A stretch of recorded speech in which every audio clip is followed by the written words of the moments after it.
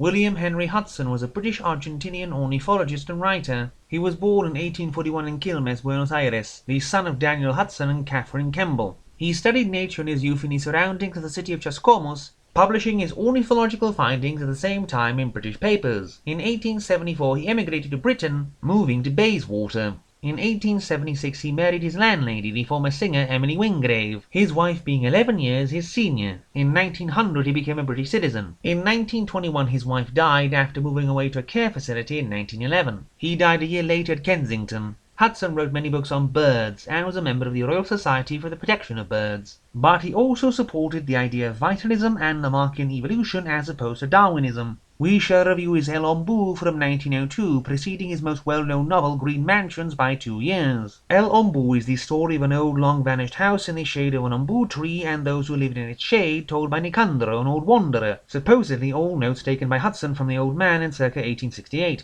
Nicandro speaks of the vanished house and the stories told of it, of tragedies, some tales of ghostly wanderings, and of the misery that came to those who lived there. First he speaks of the last owner, Don Santos Ugarte, who, though he had fathered a fantastic amount of children in the neighbourhood, had never had a legitimate child despite being married 3 times. His last wife being of so little account she was considered even beneath the slaves in the house, and was only mourned after her death due to custom, not due to Ugarte being in any way moved by her passing. One of his slaves, Meliton, who was a favourite of Ugarte's, saved his money to buy his freedom, and Ugarte sent him away angrily because he should dare to want to become free, and said he would kill him if he ever saw him again. Some years later, Meliton wishes to, for some reason, make amends, and Ugarte makes a show of taking his hand before stabbing him to death.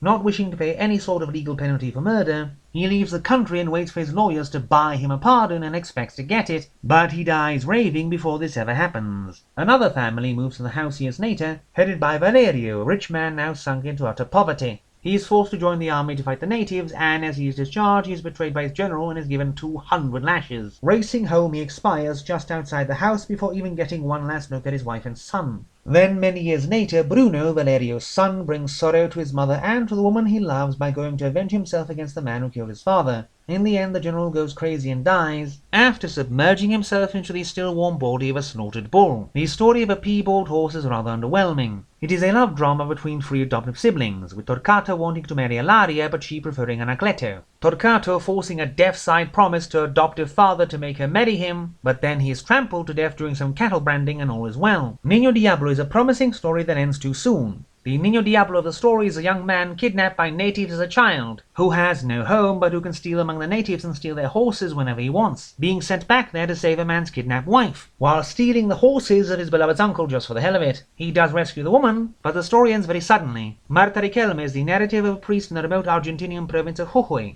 Here he encounters Marta Riquelme. The woman goes through much. Married to a gambler, her child taken from her when she is taken by the natives, where she is horribly abused. When she escapes, her guide takes her youngest child she brought with her and throws it into a river. When she does come back home, her husband abandons her, so she goes mad, goes into the forest and transforms into a kake bird in front of the priest. Sadly, the last several pages are a rambling diatribe on why all non-Christian gods were demons and were defeated by clever Jesuits telling everyone the truth.